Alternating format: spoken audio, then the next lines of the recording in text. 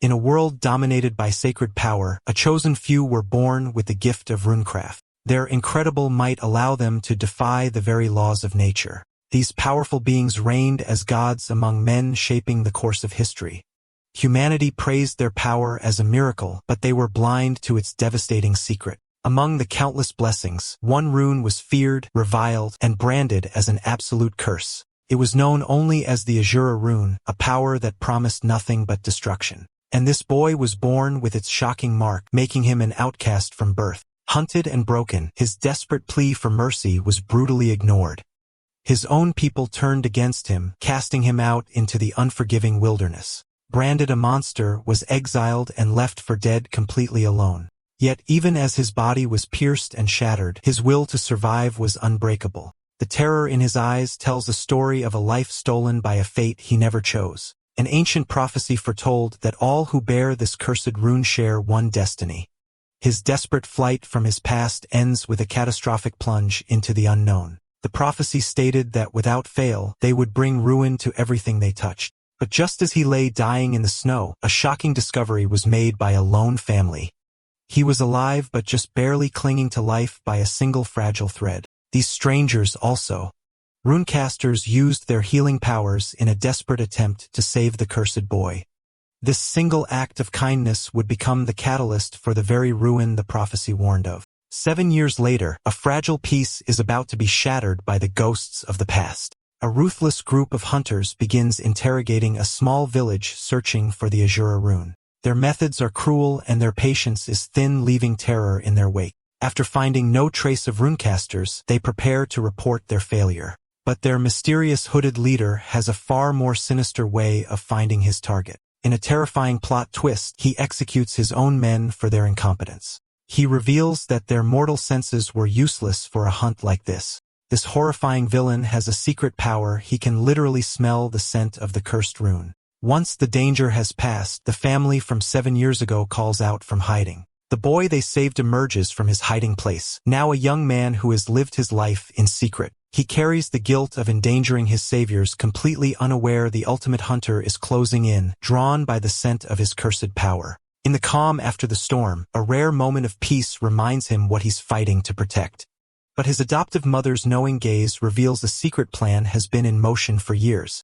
The bond between him and the girl who saw past his curse is about to change everything. They stand before the sacred tree where his new life began, a place of impossible rebirth. For the first time, he allows himself to feel a sense of belonging he never thought possible. This outcast has found more than a refuge. He has found a true family. But the sudden talk of wedding preparations raises a shocking question as sunset approaches. The entire village prepares for a celebration that will defy fate itself. The night falls, and with it, a promise of a future he never dared to dream of. In a breathtaking act of defiance, the entire village gathers not in fear but in celebration.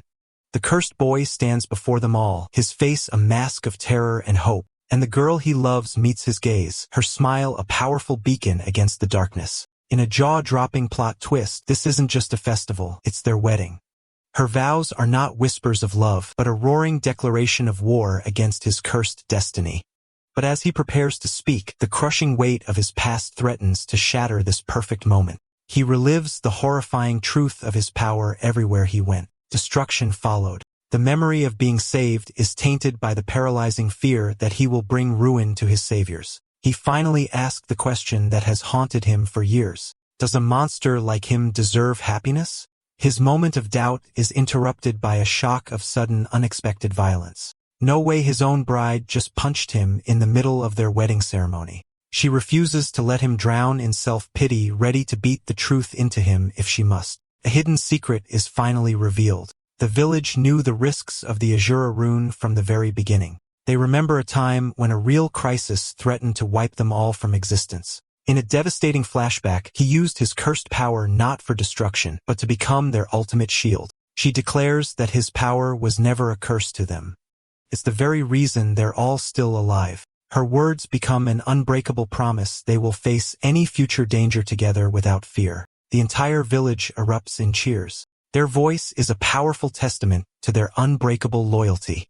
He is not a monster to be feared. He is their family, and they will protect him at all costs. In this one incredible moment, 7 years of fear and guilt finally melt away.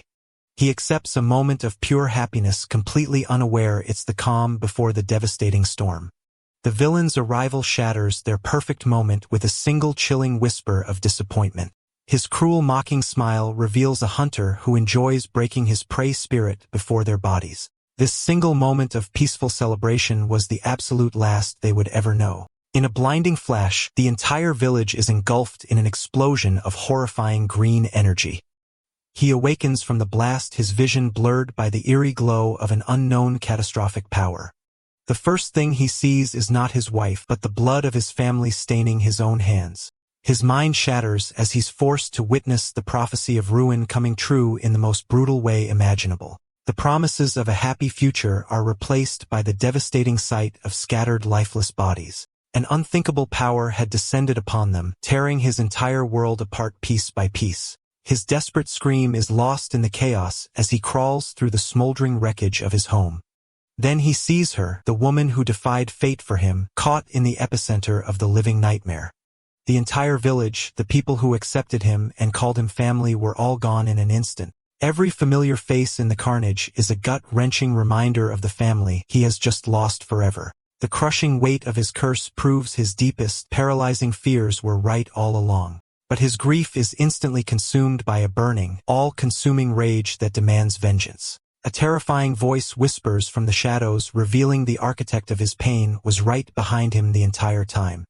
Before he can even react, he's slammed with incredible force, his body broken by an enemy he cannot see. He is utterly powerless, forced to his knees by a being of unimaginable demonic strength. In a shocking display of cruelty, the villain holds his bride hostage, using her pain to torment him. The monster finally reveals himself, an emissary of death who has come to collect his prize. He demands to know why this is happening, his voice trembling with a mixture of fury and despair, but the villain makes it clear the lives of everyone he loved were completely and utterly insignificant. A devastating secret is revealed. This entire massacre was orchestrated to awaken the true ruin of the Asura rune. The villain then confesses to wiping out every nearby town just to ensure there were no witnesses left alive. The reflection of the inferno in his eyes marks the death of the boy he was in, the birth of a monster. Plot twist: the terrifying hunter is not the true mastermind. He's just a pawn serving an even greater unknown evil. Just as his rage peaks, shadowy tendrils erupt from the ground, binding him in an unbreakable prison. This isn't an execution. It's a capture. He's being dragged to a pocket dimension where time has no meaning. The villain promises to let him out when the time comes, hinting at a much larger sinister plan for his cursed power. Dragged into an eternal abyss and separated from everything he loves, his story of revenge has just begun in the most brutal way possible. In his final moments of freedom, the villain forces him to watch his bride's unbreakable spirit being crushed. But her eyes hold no fear, they burn with a final silent message meant only for him. It's a look that screams across the void. Her love was never a weakness. It was his ultimate weapon. This single defiant memory is the last thing he sees before his world fades to absolute black. His desperate reach for her is swallowed by the swirling vortex of his eternal prison. Trapped and powerless, his tears are the only proof he ever existed at all. The villain's chilling power has revealed a cursed artifact that traps its victims in their own worst nightmares. He is left utterly alone, adrift in a dimension of pure agony crafted from his own shattered heart. A terrifying voice echoes in the void, mocking him with the true purpose of his suffering. The villain's words poison his mind, forcing him to question if his hope was the real curse all along. He finally accepts the devastating lie that his very existence was the trigger for everyone's death. The crushing realization hits that there was never a way to escape his damned ruinous fate. A soul-shattering question torments him: if he had just died as a child, would they all still be alive? In a moment of pure mind-breaking agony, he concludes that his selfish desire for happiness is what murdered them. The weight of his perceived failure becomes an all-consuming monster, twisting his love into a sin. The ghosts of his family become his accusers, dragging him down into a hell of his own making. He begs the memory of his loved ones for condemnation, believing he is unworthy of their forgiveness. His consciousness finally shatters, drowning in an endless ocean of self-hatred and absolute despair. For what feels like an eternity, there is nothing but silence and the cold embrace of his failure. He screams at a cruel, uncaring god, his voice swallowed by the blood-red emptiness of his prison. The will to fight completely abandons him as the pain becomes too much for any soul to bear. His only remaining wish is for the sweet release of death, a final escape from his torment. He closes his eyes, ready to embrace oblivion as his one and only salvation. But a shocking memory suddenly cuts through the darkness. Her final words, a truth he refused to hear. Her last message wasn't a goodbye. It was a command to live, fueled by a love that defies even death. Her voice ignites a spark in the abyss, shattering his despair with one unthinkable realization. It wasn't his fault. He wasn't their ruin. He was the reason they had a life they were willing to die for. His grief doesn't disappear. It transforms into a roaring volcanic rage that demands retribution.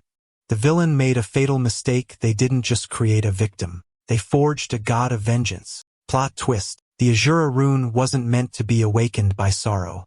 It's awakened by rage and is about to unleash hell. He rejects the sweet release of death, realizing he has no right to give up on their memory. A voice from within his own soul screams back at him, reminding him of his one remaining purpose. In that moment, the boy dies and a single chilling thought takes root in the ruins of his heart. That thought is revenge, and it consumes every last shred of his humanity. The prophecy of ruin echoes in his mind, but it no longer sounds like a curse. Now it sounds like a promise of the devastation he will unleash on his enemies. He remembers the villain's mocking words, finally understanding the terrifying truth behind them. If they wanted to see ruin, he would personally deliver it to their doorstep. This isn't just about vengeance anymore. It's about redefining the very meaning of his power.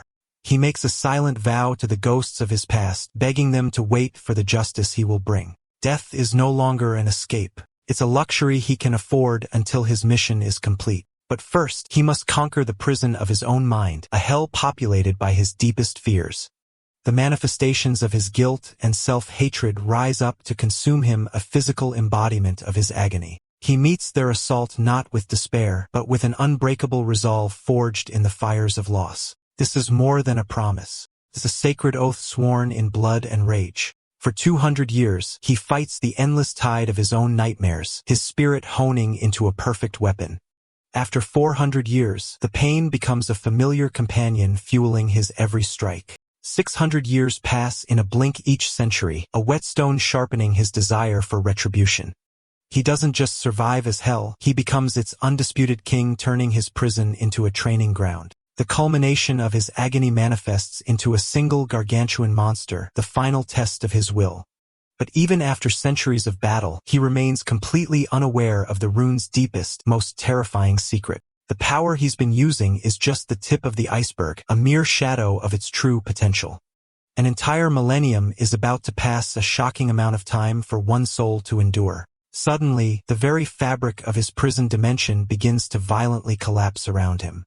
After 999 years of solitude and battle, he has become something that is no longer human. The agony never stopped. It just became the air he breathes and the power he wields. His rage has been stoked for 1,000 years, transforming into an inferno that can burn the very heavens. A new, unthinkable entity awakens within the dimension drawn to his immense power. The pocket dimension wasn't just a prison. It was a crucible designed to forge him into something the world has never seen. Plot twist: the villain's 1,000-year plan is finally complete, and the monster he's become is about to be unleashed. The final monstrous embodiment of his own despair is utterly obliterated after a 1,000-year war for his soul. His rage is no longer an emotion. It's an eternal, unquenchable core of energy that will never fade. At long last, he has conquered his inner hell, only to unleash a far greater one upon the world. But his mind is suddenly pierced by the devastating memory of a simple dream that was stolen from him. It was a future filled with a love so pure, it now feels like the cruelest poison in his veins. The promise of a family and a peaceful life now serves as the blueprint for his coming vengeance. She had offered him a home where he could always return, a sanctuary that was turned into a graveyard. That single promise of safety becomes the fuel for the absolute ruin he is about to unleash. Her innocent smile is the last piece of his humanity to burn away, leaving only a monster behind. This memory doesn't break him. It completes the terrifying transformation, a millennium in the making. A shocking power awakens, born not from the boy he was, but from the god of ruin he has become. The true apocalyptic nature of the Asura rune is finally unleashed upon a world that has forgotten true fear. His very being is rewritten by pure agony, twisting his flesh and soul into a living weapon of mass destruction. The silent screams of his own tormented past erupt from his body, hungry for retribution. With a single volcanic roar, he shatters the fabric of his prison, tearing a hole in reality itself. He gazes upon his transformed hands, realizing the curse he once feared is now the most powerful weapon in existence. Plot twist. An ancient secret of the rune is revealed. He doesn't just cause ruin. He can command it. A single devastating thought cuts through his rage as he steps back into the world after 1,000 years. His raw power cracks the very ground he walks on, a god returning to the mortal plane. If he had possessed this unthinkable power on that day, every single person he loved would still be alive. The kind boy is dead, replaced by a cold-blooded demon whose smile promises nothing but a world of pain. His first act of freedom is met by a colossal guardian, a final pathetic attempt to contain a god. But against it being forged in 1,000 years of hellfire, the ancient beast is nothing more than dust. He shatters its skull with a single contemptuous blow, an insultingly easy display of his absolute power. He floats above the carnage, a silent god of death, savoring the first taste of the destruction he will bring. His body, no longer human, has become a perfect conduit for the very concept of annihilation. A shocking new ability is manifested: the Annihilation Fist, a gauntlet that erases matter from existence. He aims this newfound power not at an enemy, but at the heavens themselves, a declaration of war against the gods. A terrifying grin spreads across his face as he prepares to unleash a millennium of suffering in a single attack. The entire world is about to witness a beam of pure oblivion tear the sky in half, and his hunt for revenge has officially begun. He steps back into a world that looks deceptively peaceful, completely unaware. A god of vengeance now walks among them. But the first thing to greet him is the stench of human cruelty, a familiar poison in a world he no longer recognizes. These foolish bandits have no idea they're trying to rob a being who has conquered 1,000 years of pure hell. His first question isn't for riches, but for a truth that will completely shatter his perception of reality. The bandit's mocking answer reveals a date that makes his very soul freeze over. A chilling calculation begins in his mind, the numbers defying all known laws of time and space. The bandit leader's smug, arrogant grin is the absolute last mistake he will ever make in a mind-blowing plot twist. His 1,000 years of torment was only 5 years in the real world. His enemies have had a mere 5 years to celebrate their victory, while he has had a millennium to plan their demise. The bandits' confusion instantly turns to sheer terror as they realize the man before them is not of this world. In his eyes, the crimson glow of a 1,000-year-old promise for revenge finally ignites. The first strike is not a warning. It is a sentence delivered with the weight of centuries of unimaginable rage. Their pathetic weapons shatter against a body forged into an unbreakable weapon of pure retribution. He moves like a phantom of death, each motion, a symphony of devastating, merciless destruction. This isn't a battle. It's a brutal harvest, and their souls are just the first of many he will reap. The ground is painted with the undeniable proof that his humanity died long ago in that eternal prison. One man is left alive not out of mercy, but because a god of ruin needs an informant. He approaches the lone survivor, his suffocating aura swallowing the last of the man's courage. A single terrifying demand is made, promising either information or an eternity of unimaginable pain. The map of the world has changed, but the scent of his enemies remains forever etched into his soul. His quest for vengeance now has names and borders, turning his boundless rage into a focused, unstoppable spear. A single kingdom is identified as the heart of the conspiracy, the very place his apocalyptic revenge will begin, the Zoe Kingdom. A floating bastion of absolute power has just become the #1 target on a god's hit list. Their legendary army is nothing more than a field of corpses just waiting to be made. Even their most terrifying monsters will learn to fear the true beast that has finally been unleashed upon them. Shocking revelation. The survivor confirms the villain who orchestrated everything was a sorcerer from the Zoe Kingdom's royal family. The desperate bandit's confession connects the dots of a 5-year-old massacre, sealing the entire kingdom's fate. He demands every last detail, peeling back the layers of a conspiracy that stole his entire world from him. A devastating flashback reveals the exact moment the order was given to destroy his home and everyone he ever loved. The final soul-crushing piece of the puzzle falls into place. The mission was to find someone and clear a few villages, and he now knows his happiness was the reason they all died. The confession begins the massacre was just a high-paying job offered by a sorcerer from the Zoe Kingdom. He callously admits they burned entire villages to the ground, calling it just another day's work for a group of bandits. In a moment of pure stomach-churning evil, he laughs about the difficulty of burning so many innocent bodies.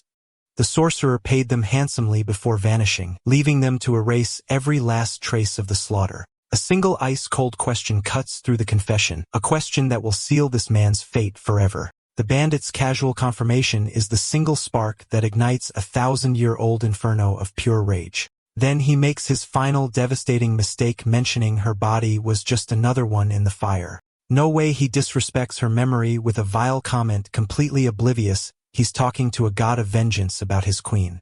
The faces of the family, his mocking flash through his mind, each one a promise of the pain he is about to inflict. The bandit's terror is absolute as he finally realizes the man he's been talking to was there on that day. This single confession has just signed the death warrant for his entire organization, the Dejil Mountain Hideout. A shocking glimpse into their base reveals a horrifying truth. They aren't just bandits, they're human traffickers. These monsters even trade in children, their bottomless cruelty sealing their inevitable brutal doom. But the sounds of their daily atrocities are about to be silenced by the arrival of an apocalyptic reckoning. A terrifying delivery arrives for the guards, the severed head of the man who just told him everything. He doesn't knock. He erupts through the door, a one-man extinction event that has just begun. A whirlwind of pure, unadulterated vengeance is unleashed, turning the hideout into a slaughterhouse in seconds. The first real challenge appears, a masked brute who foolishly believes his strength can stop a god's fury. His opponent's battle cry is met with the silent, cold promise of 1,000 years of perfected brutal violence. He unleashes a storm of blows, each punch carrying the weight of a century of suffering and rage. The brute's body is utterly shattered, a pathetic end for someone who stood in the way of retribution. With 2 simple words, he passes judgment.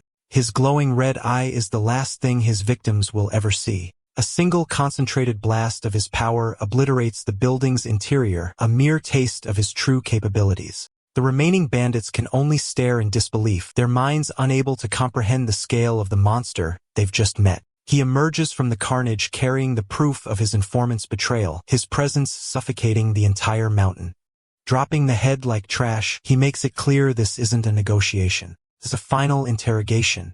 His gaze sweeps over them, a predator, deciding which of these insects he will crush next on his path to the king. Their pathetic attempt at intimidation is met with the chilling aura of a being who has forgotten the meaning of fear. Suddenly, a new, far more powerful presence emerges, silencing his own men with a single command. Plot twist. The bandit leader is a runcaster, and he instantly recognizes the apocalyptic power standing before him. The leader addresses him not as a survivor, but as a sorcerer, completely misjudging the scale of the god he just provoked. He cuts straight to the chase, confirming the name of the mercenary who brokered the deal to slaughter his entire world. The bandit king's arrogance is his first fatal mistake, believing this is a negotiation he can control. A chilling offer is made, give up the name and he might let them live. A lie wrapped in the promise of absolute annihilation. The leader's mocking grin is the last moment of confidence he will ever have in his entire miserable life. In a shocking betrayal, he unleashes a surprise attack, choosing death over information. He reveals his true answer. The only one he'll be talking to is the young sorcerer's corpse. A devastating blast of energy is meant to end the fight before it even begins, a pathetic attempt to erase a god. The entire hideout is engulfed in a blinding flash, a testament to the bandit king's formidable power. Plot twist. The leader calls him out, revealing he could feel the 1,000 years of killing intent hiding behind his calm facade. He unleashes his own cursed power, the Blade Rune, transforming his body into a living weapon of jagged steel. The first strike lands, and for a terrifying second, it looks like the god of vengeance has been put down for good. But from the dust and rubble, 2 crimson eyes ignite with the light of a 1,000-year-old hell. The bandit king charges, a fool rushing to his own execution, completely unaware the game is already over. This is the moment he realizes the sorcerer he's fighting isn't just powerful. He's an entirely different species of monster. A collision of apocalyptic power shakes the mountain as a millennium of rage meets a lifetime of arrogance. The bandit's confident snarl shatters into a mask of pure agony and disbelief. He just learned a devastating lesson: you can't hurt a man whose soul has already been burned to ash for 1,000 years. The so-called king is sent flying, his body broken by a power that defies all logic and reason. His mind reels as he finally understands the horrifying gap in their strength. In a final desperate gambit, he unleashes the full, unthinkable power of his blade rune. His frustration explodes, revealing the sheer terror of a man who knows he is about to die. A storm of 1,000 enchanted blades rains down, an attack designed to shred any living thing to ribbons. He screams that he's done playing games, of final pathetic declaration from a man already in his grave. The attack hits with cataclysmic force, and the bandit king gloats over what he thinks is his certain victory. The god of ruin stands there impaled by hundreds of blades, his body a canvas, brutal, horrific wounds, and he takes a step forward. The blades, the wounds, the pain, it's all completely meaningless to him. The bandit's sanity completely shatters his mind, unable to process the impossible sight before him. He screams in pure terror, asking the one question that seals his fate. Don't you know pain? A chilling realization dawns after 1,000 years in hell. This pain is nothing more than a gentle tickle. With a terrifying smile, he reveals a devastating truth. This can't even be called pain. The bandit king's sanity snaps, unleashing a final desperate attack born from pure terror and rage.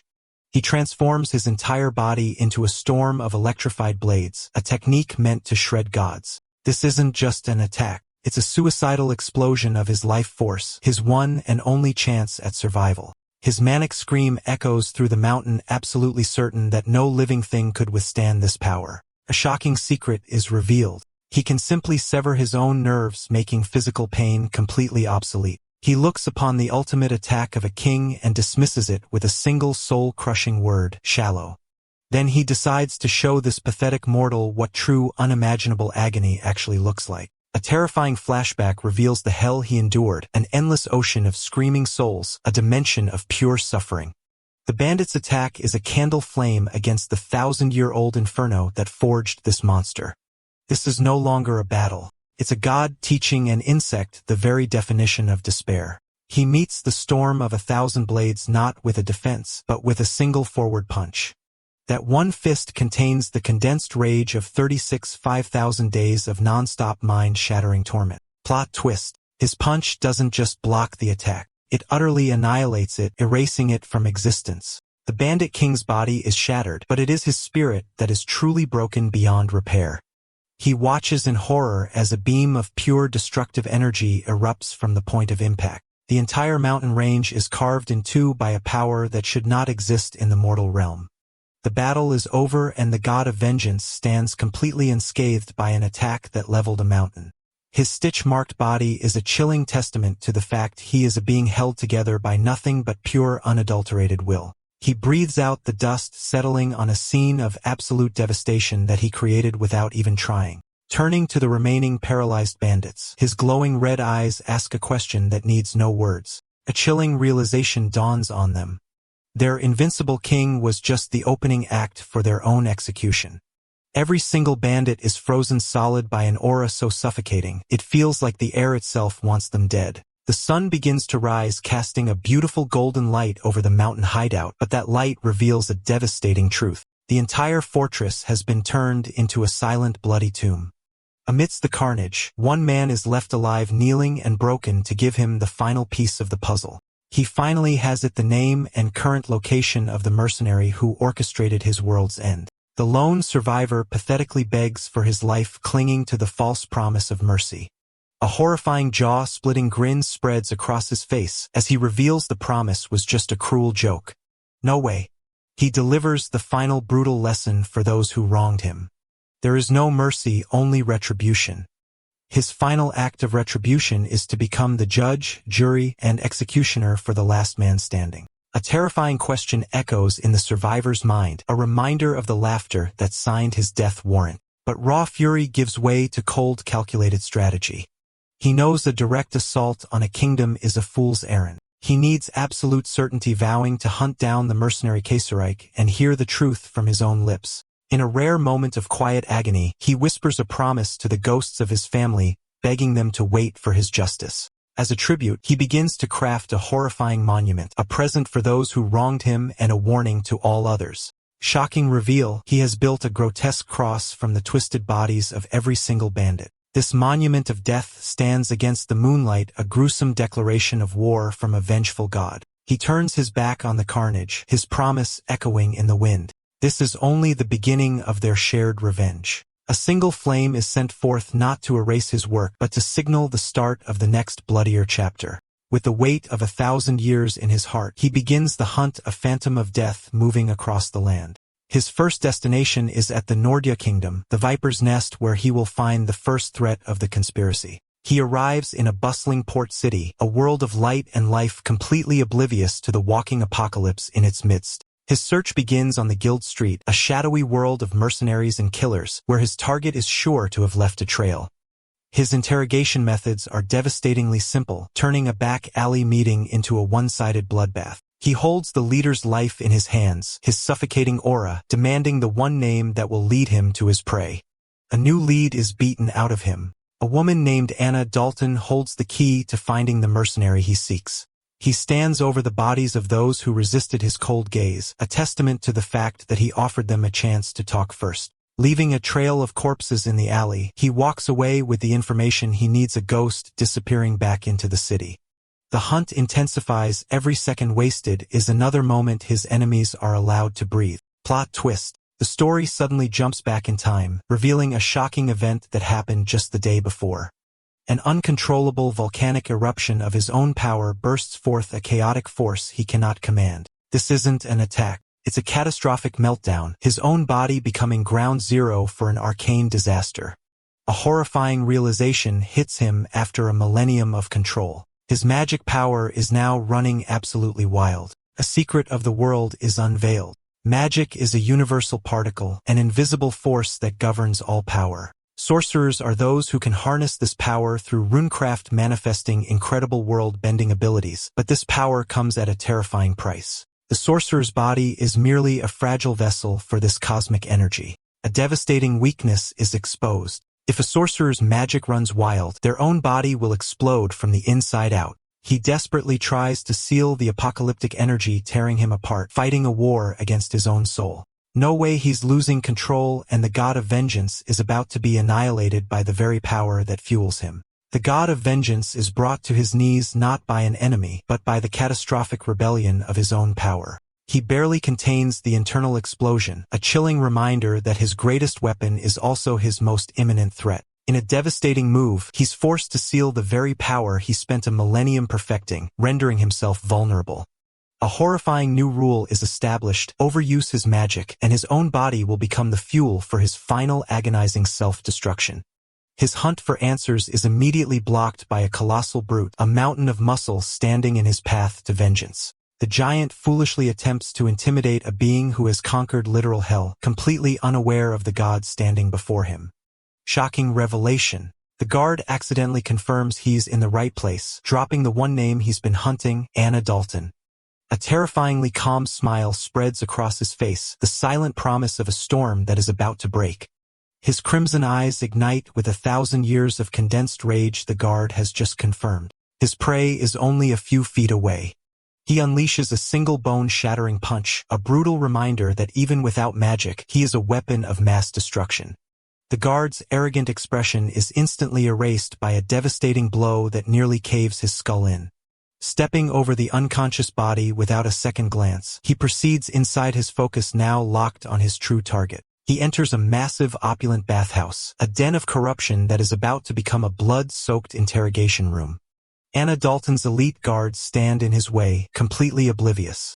They are the last line of defense against a one-man apocalypse. He cuts through the silence with a single demand, his voice echoing with the name of the man who helped orchestrate his world's end. From the steam, a figure emerges, her voice dripping with the arrogance of someone who believes they are untouchable.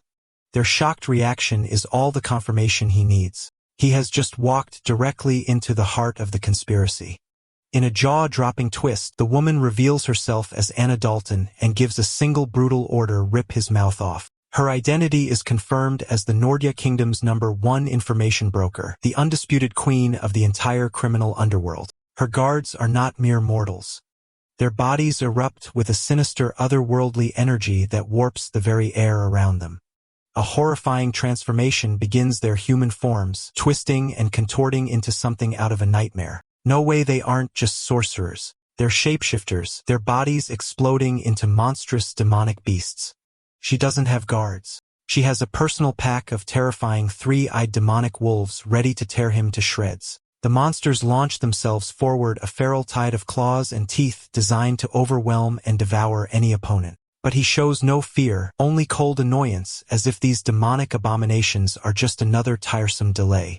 He meets their feral rage with absolute physical dominance, his fist connecting with the force of a cannonball. Even with his magic sealed, his strength is unthinkable, shattering the monster's ribs with a single contemptuous blow. He unleashes a new shocking technique, his killing intent manifesting as a storm of shadowy spiked projectiles. A sudden chilling realization hits him mid-battle, a horrifying detail that connects everything to his past. Plot twist. He recognizes their demonic energy. These aren't just monsters. They're from the exact same clan that massacred his family 5 years ago. The battle freezes, but the war inside his soul erupts with the fire of 1,000 years of rediscovered hate. Every fiber of his being screams for a vengeance so personal, it threatens to tear his sealed power wide open. His body contorts not from pain, but from the sheer unthinkable rage of a god who just found the ghosts of his past. A horrifying guttural roar escapes his lips, a sound that promises not just death but absolute soul-shattering oblivion. The remaining monsters hesitate, suddenly realizing they are no longer the predators in this room. He decides this is no longer an interrogation.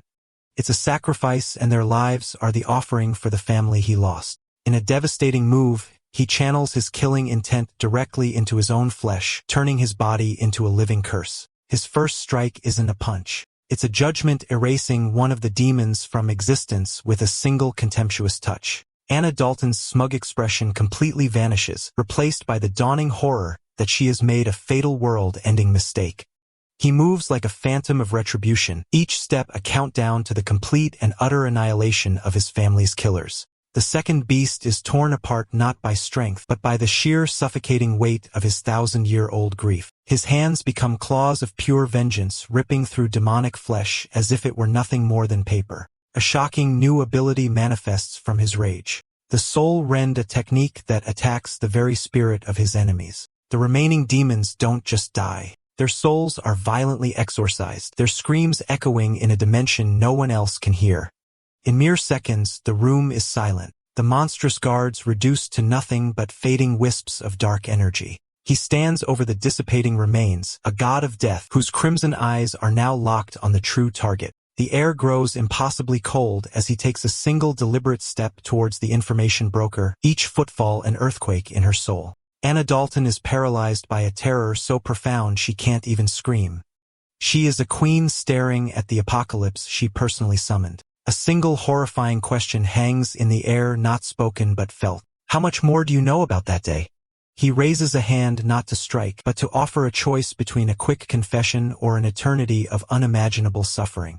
Her mind races, trying to calculate an escape from a being who justified every law of nature she has ever known. Plot twist. She reveals Kasora K isn't just a mercenary. He's a high-ranking member of that very same demonic clan. The entire conspiracy is blown wide open.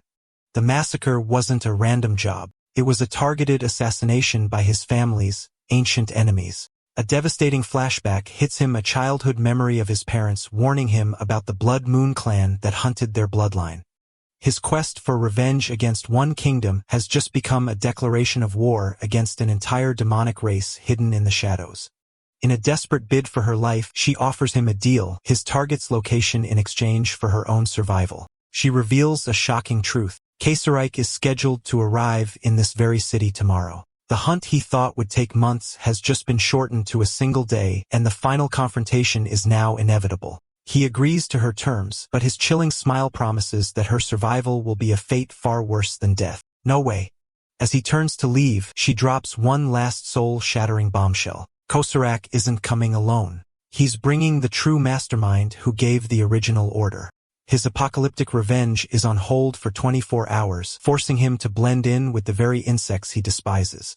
A god of vengeance is forced to consider a new humiliating problem.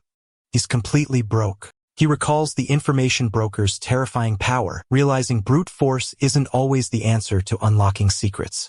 A devastating realization hits him. Some enemies are too powerful to fight head-on, especially with his own magic sealed. But fate has a twisted sense of humor, delivering a mysterious client with one bizarre request: she needs a complete nobody. His instincts scream that this is no coincidence. Her hidden intentions are a puzzle he is now compelled to solve. In a shocking twist, the guildmaster points directly at him. The god of ruin is now officially a rookie for hire. Two worlds collide as the desperate client and the hidden apocalypse stand face to face, neither aware of the other's true identity.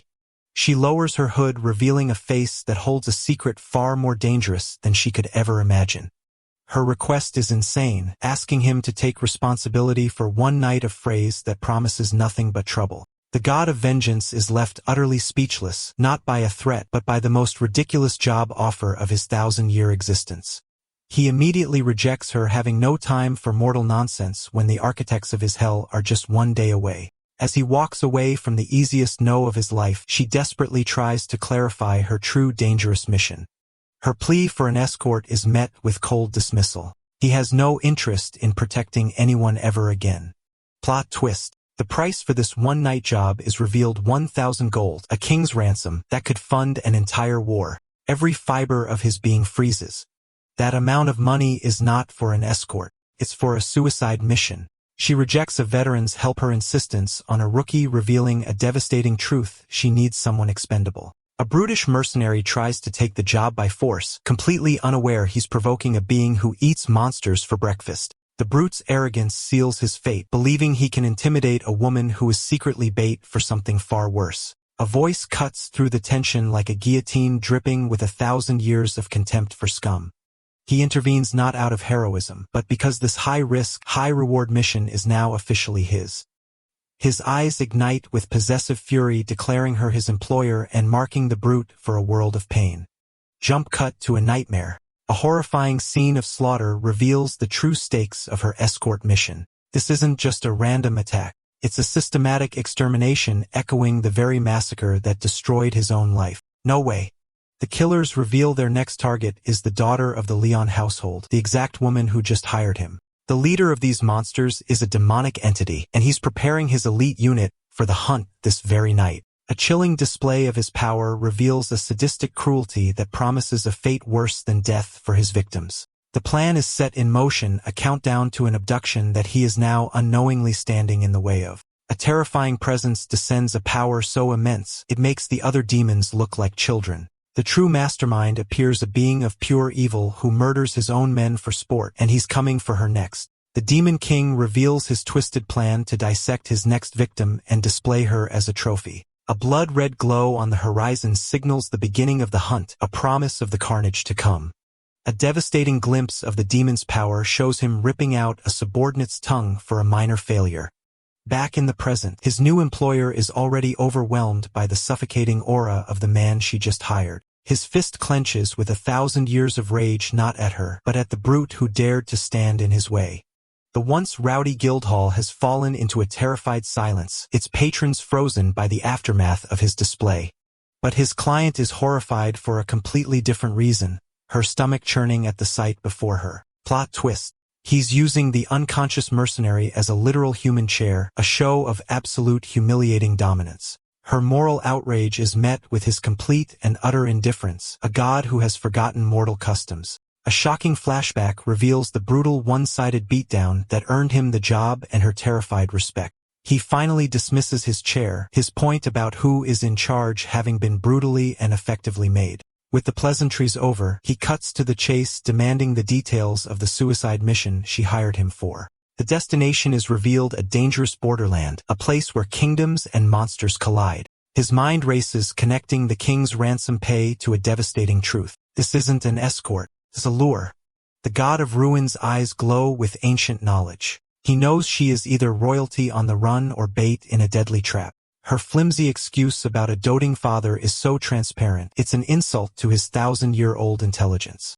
A silent psychological war erupts between them, a battle of wills between a desperate liar and a living lie detector. She tries to regain control by threatening to cancel the deal, a fatal miscalculation against a predator who has already scented blood. In a masterful reversal, he plays the part of a polite mercenary, disarming her with false courtesy while secretly dissecting her every lie. The deal is sealed, and the countdown begins, setting two pawns on a collision course with the kings of hell. His crimson eyes burn with a hidden agenda. He's not just taking a job. He's walking into a war he was already destined to fight. She is completely unnerved by his intensity, finally realizing the rookie she hired is more dangerous than the monsters hunting her. Their journey begins, taking them into the Gasolso Mountains, a place notorious for being a hunter's paradise. A god of vengeance walks beside a marked woman, an unlikely alliance forged in lies and desperation. He moves with the chilling efficiency of a predator, his senses scanning for a threat she can't even begin to imagine. Her guard drops for a single foolish moment, believing the journey might actually be safe. His hand shoots out, stopping her dead in her tracks, the silent promise that her moment of peace is officially over. A single command to be silent confirms her worst fears. They are no longer alone in this forest. A terrifying realization hits him as a familiar demonic mana floods his senses. The hunters have finally arrived. No way. A blur of impossible speed erupts from the trees. The ambush she paid him to prevent has just begun. His senses scream a warning. The forest is no longer empty, and the hunters have finally closed in. For shadows descend from the canopy, a coordinated strike of impossible speed, meant to kill before he can even react. A terrifying recognition hits Hemin of them, radiates the exact demonic energy of the clan that slaughtered his family. But a fifth attacker appears out of nowhere, unleashing a blinding flash of destructive energy at the ambushers themselves. His eyes widen not in fear but in utter shock at the impossible scene unfolding before him. Plot twist. The new attacker isn't aiming for him. They're trying to annihilate the demons hunting his client. The demon's command confirms his worst fears. They're here for the Leon family's daughter, and they want her alive. A devastating new player has entered the game, a mysterious third party powerful enough to make demons retreat. He pulls his client into the shadows, a predator using the chaos to analyze the three-way battlefield. His crimson eyes ignite with a cold, calculating fury. He's done waiting for the fight to come to him. A new team of assassins drops from the sky, their target now clearly him. Even with his magic sealed, his first strike shatters their formation with the force of a thunderclap. His client is left vulnerable for a split second, and a killer closes in for the capture. No way. He blocks their enchanted blades with his bare arms, his stitched flesh harder than forged steel. A single bone-shattering kick sends one assassin flying, a brutal message to the rest of the pack. A flicker of his sealed power erupts, blasting through another attacker's chest with pure, unbridled rage. The assassins are scattered like leaves in a hurricane, completely unprepared for the god they just provoked. The remaining hunters are frozen in sheer terror, realizing their elite unit was just dismantled by a single rookie. His hand glows with a terrifying dark energy as he gives his client her one and only rule for survival. He delivers a chilling absolute command from this moment on. She is forbidden to step out from behind him. She finally understands the horrifying truth. The 10,000 gold wasn't to hire a bodyguard. It was to unleash a monster. He confronts the last two survivors. His question, a cold, calculated mockery. Are you guys bandits? Their arrogant threat is the last mistake they will ever make, offering to let him go if he abandons his prize. In a jaw-dropping reversal, he offers them a deal. Pay him his 1,000 gold fee, and hell consider leaving them alive. Their refusal is his signal. The time for talk is over, and the real slaughter is about to begin. He moves like a phantom of death, his fists a blur of red light that shatters bone and breaks wills. This isn't a fight. It's a devastating display of absolute dominance, a god swatting at insects. His stitched arms become living weapons, deflecting killing blows with an unthinkable brutal force. His glowing red eyes hold 1,000 years of combat experience. He sees their every move before they even think it. But the final assassin reveals a shocking secret. His eyes glow with an unholy light as he unleashes a power that is not human. He explodes forward with inhuman speed, ready to unleash his hidden power. The assassin's fatal mistake is revealed. He completely underestimates the god of ruin standing before him. His arrogance becomes a death sentence as he dismisses the one being in the world he should have feared. 1,000 years of rage boils to the surface as he prepares to teach this fool the true meaning of despair. He moves like a phantom between them, their desperate attacks not even registering as a threat. A devastating shockwave erupts as his raw physical power meets their unholy magic head-on. His fist clenches with the weight of a millennium, a promise of the absolute annihilation to come. No way he unleashes a single earth-shattering blow that completely vaporizes their final desperate attack. A terrifying red light is all that remains of his enemies, a signal flare of death in the silent forest. The energy implodes with unthinkable force, erasing every last trace of the assassins from existence. All that's left is a crater of blood and gore, a gruesome testament to a battle that was over before it even began. He dismisses the entire elite unit as clowns, his cold indifference more terrifying than any rage. His client is paralyzed by a shocking realization. The man she hired isn't human, has a weapon of mass destruction. A jaw-dropping secret is revealed in her thoughts. Her father would be thrilled to witness this level of power. His senses flare, detecting a colossal demonic presence that has been watching them from the shadows the entire time. He calls out the final coward, his voice a chilling invitation to the real monster of the forest. The true leader emerges, a horrifying demon king who is stunned to find a mere kid with power rivaling his own. The villain's identity is revealed. Mad anatomist Merkel, a monster whose only desire is to dissect beings with immense power. He makes a terrifying offer: hand over the girl and hell grant the rookie the mercy of a quick death. The god of vengeance gives the only answer: a demon king deserves a silent declaration of war. The demon unleashes an apocalyptic blast of energy determined to erase the one who dared to defy him. In the face of certain death, he calmly turns to his client, a terrifying plan forming in his eyes. He finally confronts her with the truth he's known all along, demanding she drop the act and reveal her real identity. Her face contorts in absolute panic. Her web of lies has just been torn apart at the worst possible moment. He cuts off her pathetic excuses, grabbing her with the cold finality of a predator who is done playing games. Plot twist: he doesn't protect her. He throws her directly into the path of the demon's world-ending attack. She is launched through the air like a rag doll, a human sacrifice in a battle between gods and demons.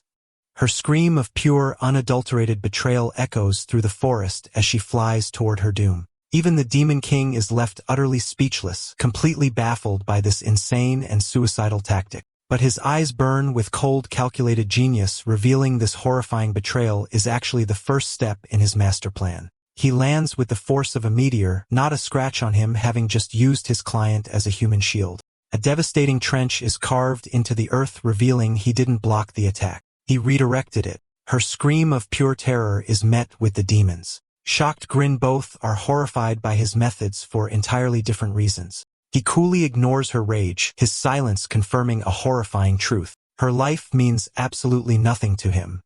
The Demon King realizes his fatal mistake. This isn't a brute but a master sorcerer who hijacked his own apocalyptic power.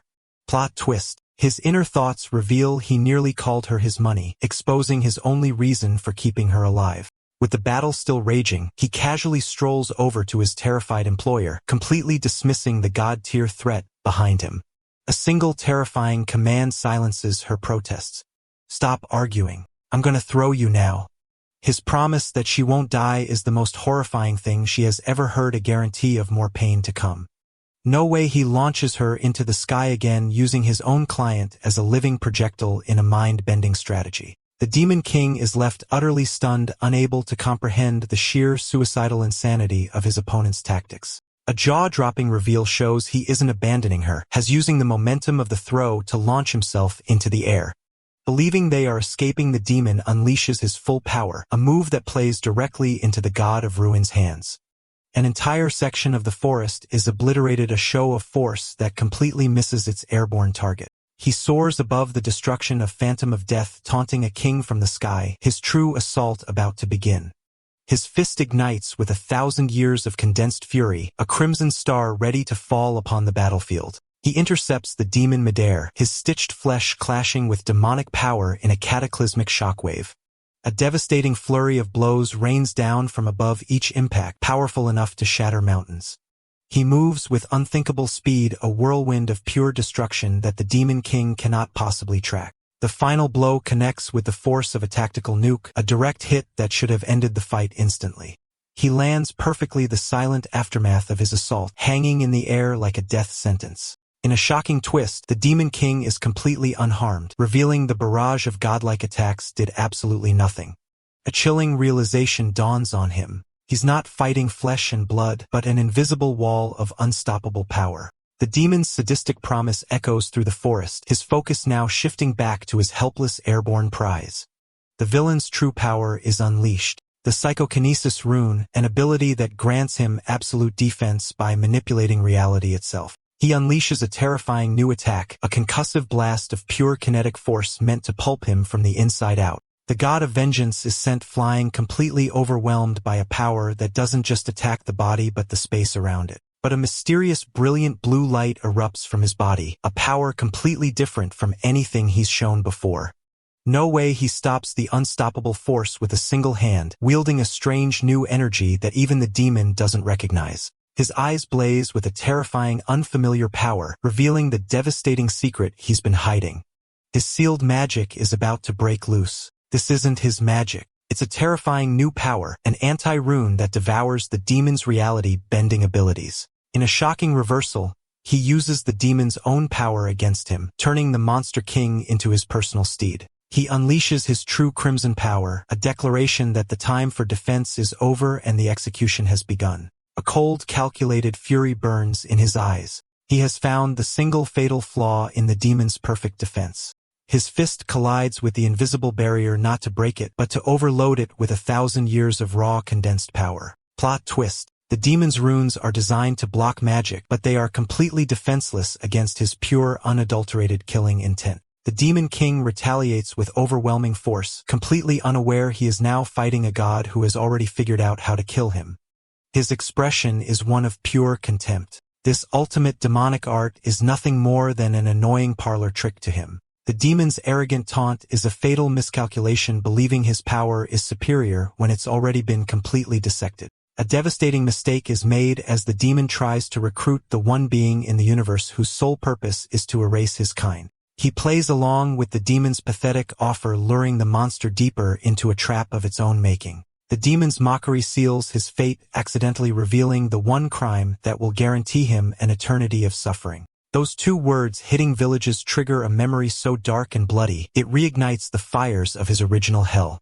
The demon proudly confesses to the exact atrocities that destroyed his past, transforming this battle into a sacred personal execution. A slow, horrifying smile spreads across his face, a promise of a pain so profound the demon cannot even begin to comprehend it. The monster's fatal error is complete. He mistakes the smile of a predator for the greed of a mercenary.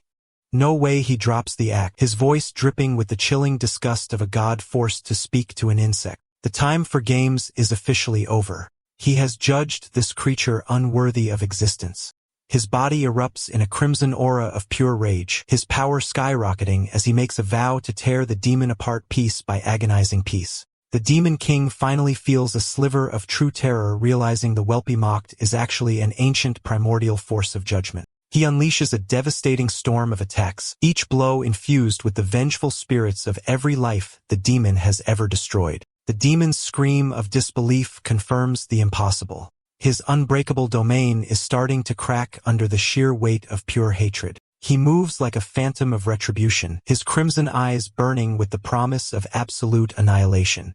A shocking new technique has formed a vortex of raw power designed not to pierce the shield, but to erase it from reality. An apocalyptic explosion of red light signals the complete and utter failure of the demon's ultimate defense. He rains down a flurry of blows, each one shattering another layer of the demon's reality-warping power. The final punch is thrown, a strike containing the condensed fury of a god who has just been reminded of his family's massacre. The demon's face contorts in utter shock, the laws of his world breaking before his very eyes. Jaw-dropping, his fist breaks through the impenetrable barrier, the first being in history to touch the Demon King's true body.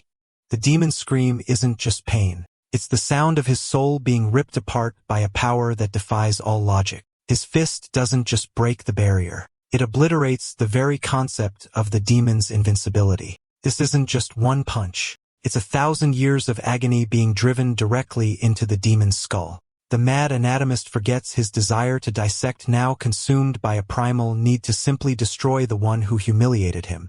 In a final desperate act of fury, the Demon King unleashes an attack meant to wipe the entire forest off the map. A pillar of apocalyptic energy erupts from the earth, a signal that the demon is willing to sacrifice everything just to erase him. He condenses the cataclysmic blast into a single horrifying point of annihilation, a miniature sun of pure hatred. The demon unleashes his ultimate technique, the psychokinetic blood strike, a move that has leveled entire kingdoms. For a single terrifying moment, the world goes silent, holding its breath before the coming annihilation. The attack carves a devastating scar across the land, a wave of pure destruction that vaporizes mountains and boils rivers. He stands alone against a literal tsunami of death, a single man against the full, unrestrained fury of a demon king. The demon's confidence shatters into pure disbelief. Their power levels are similar, yet the god of ruin refuses to be erased. No way, he doesn't block the attack. He simply walks through it, the apocalyptic energy parting around him like water. He repeats the demon's own words back to him, a chilling mockery that exposes the monster's fatal miscalculation. A terrifying aura explodes from him, revealing the horrifying truth: the demon wasn't fighting a man, he was fighting a cage. The Demon King, a being of immense power, feels true primal fear for the first time in centuries. His senses are overwhelmed by a power level so vast, so ancient, it makes his own feel like a flickering candle in a hurricane. With 2 simple words, he declares the battle over his grip like a vice on the demon's very existence. A single absolute command is given, not as a suggestion, but as a law of nature. The demon is now forced to obey. His crimson eyes deliver the final verdict, a sentence to an eternity of suffering he is about to personally deliver. Plot twist. His true power is revealed, the Asura rune, manifesting the Annihilation Fist, a weapon that erases matter at a particle level. He unleashes a storm of blows, each punch not just breaking the demon, but systematically deleting him from reality. The final blow connects a focus point of absolute annihilation that targets the demon's very soul. The Demon King is reduced to nothing but fading black smoke. His reign of terror ended by a power he couldn't even comprehend. With the god-tier threat eliminated, he calmly tends to his bindings, the battle already a distant memory. The battlefield is a devastating testament to his power, a deep scar carved into the world itself. But the battle isn't over. The ground beneath him erupts, reacting to the sheer untamed power he just unleashed. He stands completely unbothered amidst the chaos, his crimson aura a silent warning that he is still not finished. His chilling gaze shifts towards the sky, remembering the other piece of this puzzle, his airborne 1,000 gold employer. Alright, that's the end of the story. Thanks for watching. See you in the next one.